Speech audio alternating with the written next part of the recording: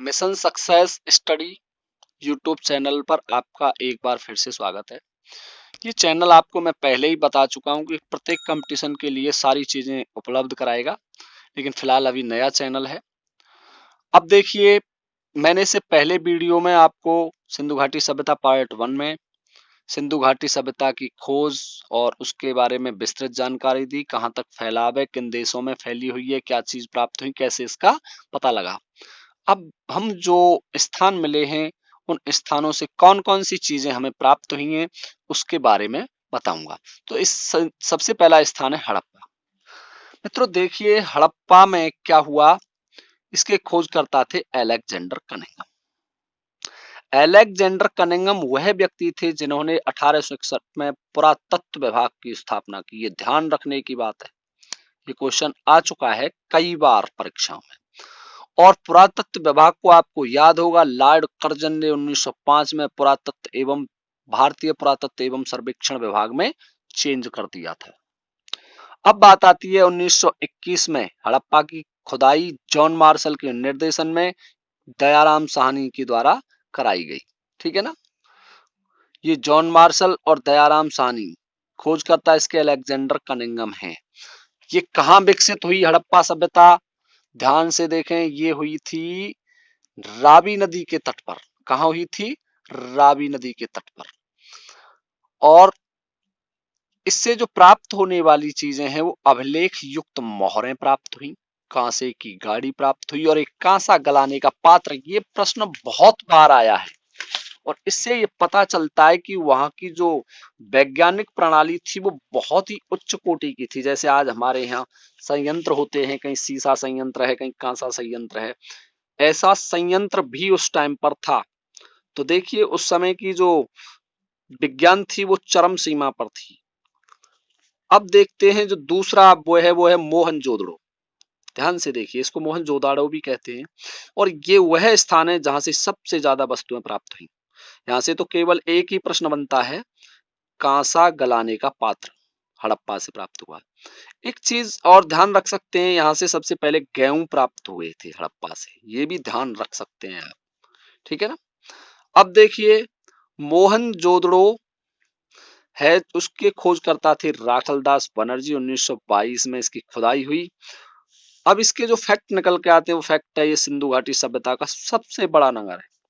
ध्यान रखें, ये सिंधु घाटी, ये क्वेश्चन कई बार पूछा गया है।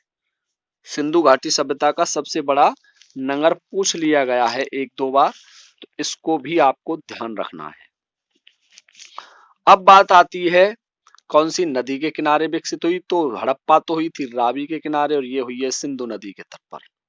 एकमात्र ऐसा स्थान है जहां से स्तूप मिले हैं। 7 बार इस सभ्यता का उत्थान हुआ है और 7 बार इसका पतन हो गया है, इस नगर का, मोहनजोदड़ो का।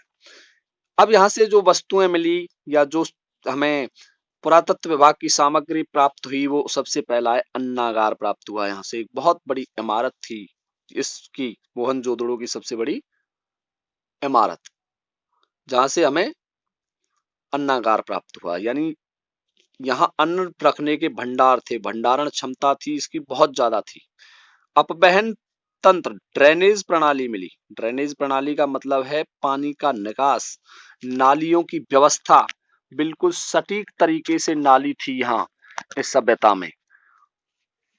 ये कह सकते हैं इसे देखकर कि सभ्यता विकसित थी। स्नानागार मिला यहां से, ये भी ध्यान रखें।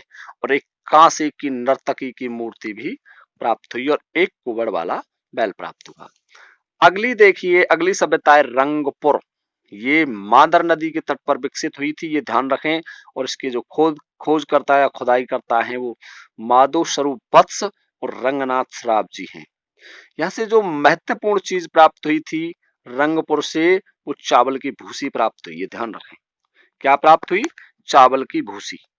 और ये स्वतंत्रता, ये क्वेश्चन पूछा गया है, स्वतंत्रता के बाद खोजा गया सिंधु घाटी सभ्यता का एकमात्र स्थल है जो स्वतंत्रता के बाद खोजा गया है। अब देखते हैं, अगला है लोथल। लोथल से क्या चीजें प्राप्त हुई हमें? यहां से लोथल से किसके जो वो हैं खोजकर्ता डॉक्टर रंगनाथ राव हैं। खंपात की खाड़ी में भोगवा नदी के तट पर यह सभ्यता विकसित हुई। हड़प्पाकालीन व्यापारिक राजधानी, ये पूछ लिया जाता है। ये क्वेश्चन बहुत महत्वपूर्ण है। इतने फैक्ट में ज्यादा आपको याद नहीं होंगे, बिल्कुल इंपॉर्टेंट जो परीक्षा की दृष्टि से बहुत महत्वपूर्ण है, उन फैक्टों को ही लेकर आया हूं। एक ही क्वेश्चन बार बार पूछा गया, जहाजों की गोदी, डॉकयार्ड या बंदरगाह भी यहाँ मिला है लोथल में। हाथी दांत व मनके का कारखाना मिला है। चावल के प्रथम साक्ष्य मिले हैं यहाँ, ये इंपॉर्टेंट है। और दूसरा इंपॉर्टेंट है, यहाँ से शतरंज का खेल भी प्राप्त, जो पासे होते हैं वो पासे भी प्राप्त हुए हैं शतरंज के खेल के। और यहाँ से 20 कब्र एक साथ मिली हैं, जिनमें ये प्रमाण मिला है कि महिला और पुरुषों को एक साथ दफनाया जाता था। अब देखते हैं, अगला है कालीबंगा। कालीबंगा का अर्थ होता है काले रंग की चूड़ियां।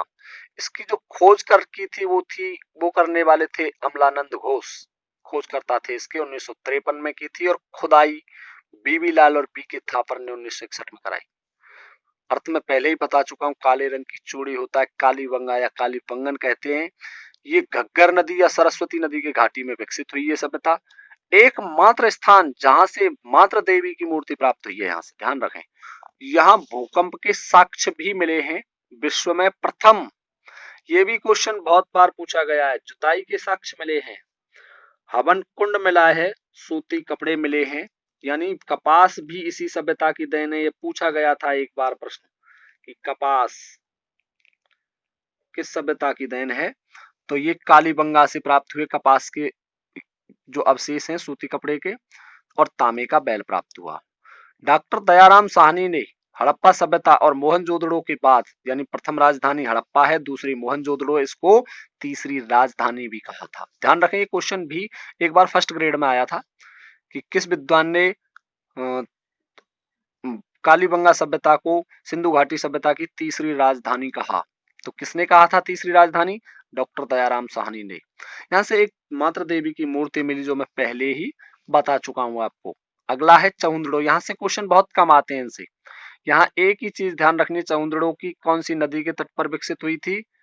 ये सिंधु घाटी, सिंधु नदी के बाएं तट पर विकसित हुई। और यहाँ की जो संस्कृति है वो झूकर या झाकर संस्कृति कहलाती है, ये भी थोड़ी सी ध्यान रख लेना। अगला है धौलावीरा। धौलावीरा में बस एक चीज ध्यान रखनी है, खोजकर्ता तो RN बिष्ट हैं, RS बिष्ट। और जो इससे प्राप्त होने वाली वस्तुएं हैं, उनमें सबसे पुराना, विश्व का सबसे पुराना स्टेडियम प्राप्त हुआ है, खेलने का मैदान प्राप्त हुआ है। स्टेडियम आप सब जानते हैं, जिनमें क्रिकेटर या बड़े बड़े खिलाड़ी खेलते हैं। रोपड़, खोजकर्ता इसके यज्ञदत्त शर्मा है, और ये सतलज नदी के किनारे विकसित हुई। अब देखते हैं इसकी कुछ विशेषता क्या है। देखिए, जो ये लिपि है ये भाव चित्रात्मक है। इसको हम बूस्ट्रोफेदन पद्धति भी बोलते हैं। इसका सिस्टम होता है कि पहली पंक्ति दाईं ओर से और दूसरी पंक्ति बाईं ओर से चलती है। देखिए उदाहरण के लिए, पहली पंक्ति और फिर दूसरी पंक्ति इधर से जाएगी, फिर तीसरी, इस तरीके से चलती है। यानी इसका एक सांप बन गया, सांप के आकार में चलती है, इसलिए इस लिपि को सर्पिलाकार भी कहते हैं। आपने देखा होगा, जो गाय पेशाब करती है, गौ मूत्रती है, उस समय इस तरीके की गौ के मूत्र विसर्जन करने पर लहरदार रेखा बनती है, इसलिए इसको गौमूत्र लिपि भी कहते हैं। और इसी से इसका नाम निकल के आया बूस्ट्रोफेदन लिपि। और आज तक अभी कोई विद्वान इस लिपि को पढ़ नहीं पाया, क्योंकि ये लिपि ऐसी है, भाव चित्रात्मक है, चित्रों के साथ बनी हुई है, और इसको पढ़ने में असफल रहे हैं आज तक। यदि इसको पढ़ने में सफल हो जाते, तो मैंने पहले वीडियो में भी बताया था आपको कि और समस्या क्रिएट हो जाती, आपको बहुत ज्यादा याद करना पड़ता। अब चलिए आगे चलते हैं। यहाँ देखते हैं, एक देवी की प्रतिमा प्राप्त हुई थी, मैंने पहले ही बताया था, मात्र देवी की। उसके मुंह से फसल निकल रही थी, इसलिए उसको मात्र देवी कह दिया। तो इससे पता चलता है कि ये समाज कैसा था, मात्र सत्तात्मक। पितृसत्तात्मक समाज उस समय विकसित नहीं था।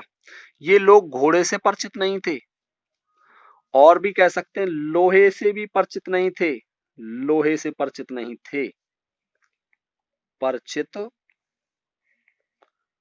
नहीं थे। ये क्वेश्चन भी पूछ लिया गया एक बार। और सबसे पहले यहाँ तांबे की कुल्हाड़ी प्राप्त हुई। किसकी कुल्हाड़ी प्राप्त हुई? तांबे की कुल्हाड़ी। यदि हथियारों में पूछ लिया जाए तो सबसे प्राचीन हथियार क्या है?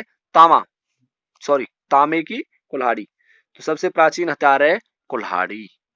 अब देखिए मित्रों, ये तो हमने इसका विश्लेषण पढ़ा सिंधु घाटी सभ्यता का, परंतु दो ट्रिक्स अपने पास ऐसी हैं जिनसे हम इस पूरी सभ्यता की महत्वपूर्ण चीजों को याद रख सकते हैं। तो पहली ट्रिक्स है, देखिए ध्यान से, लोभी मौसी का हरा कंगा रमा ले गई और रोष में आकर बस से कुचल दिया। तो जिन पर मैंने क्रॉस लगा रखा है उनको हम छोड़ देते हैं उन शब्दों को। तो देखिए, ला से लो से क्या बन गया, लोथल, और भा से बन गया भोगवा। ये नदी है जिस नदी के तट पर ये सभ्यता विकसित हुई थी, ध्यान रखें इस चीज का। मौसी से मोहनजोदड़ो और पीछे के अक्षर सी से सिंधु, यानी मोहनजोदाड़ो है जो सिंधु नदी के तट पर विकसित है।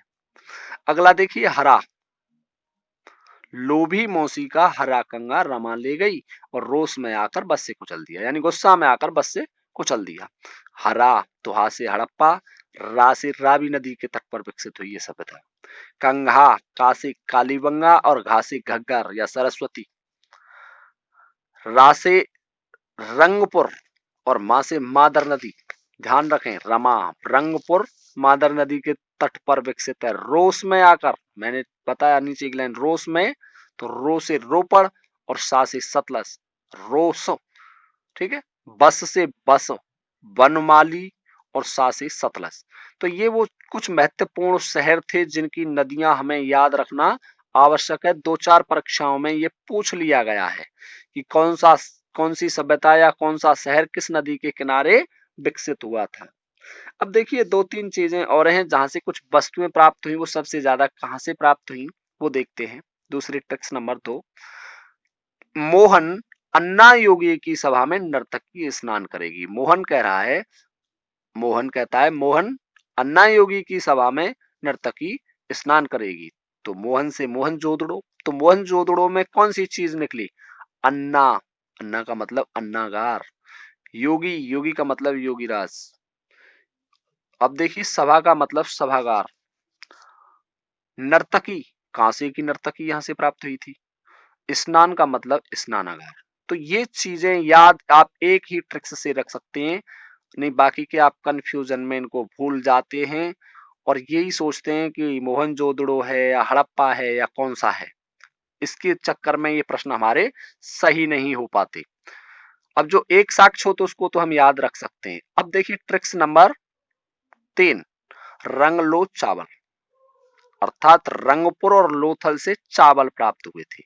अब इसमें भी देखिए, जो रंगपुर है, रंगपुर, यहां से चावल की भूसी प्राप्त हुई। रंगपुर से क्या प्राप्त हुई, चावल की भूसी प्राप्त हुई रंगपुर से। ये ध्यान रखें, इसको काट दें थोड़ा सा। और लोथल से चावल के साक्ष्य प्राप्त हुए। तो यहां ये समझने का प्रयास कीजिए, यहां लोथल है और यहां रंगपुर है। यहां से चावल बरसाए और वो भूसी कहां चली गई उड़ करके, रंगपुर में।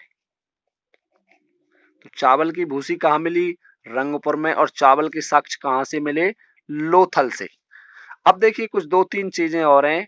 गेहूं कहां से मिले थे वो पहले ही बता चुका हूं, हड़प्पा से। जौ भी हड़प्पा से ही प्राप्त हुए सर्वप्रथम। और एक चीज और, यदि उत्तम किस्म का जौ पूछा जाए तो कहां से प्राप्त हुआ है, बनमाली से। तो ये थे सिंधु घाटी सभ्यता के महत्वपूर्ण क्वेश्चन जहां से बन रहे थे दो तीन ट्रिकों के साथ। और तब तक आप इन क्वेश्चनों को याद करें, आसानी से रट सकते हैं और कॉम्पिटिशन्स की तैयारी करें। मैं आपको ऐसे ही विद ट्रिक्स और डिटेल दोनों चीजें एक साथ लेकर आऊंगा। जो ट्रिक्स से याद करना चाहें वो ट्रिक्स से याद कर सकते हैं और डिटेल से याद करना चाहें वो डिटेल से भी पढ़ सकते हैं। धन्यवाद, जय हिंद।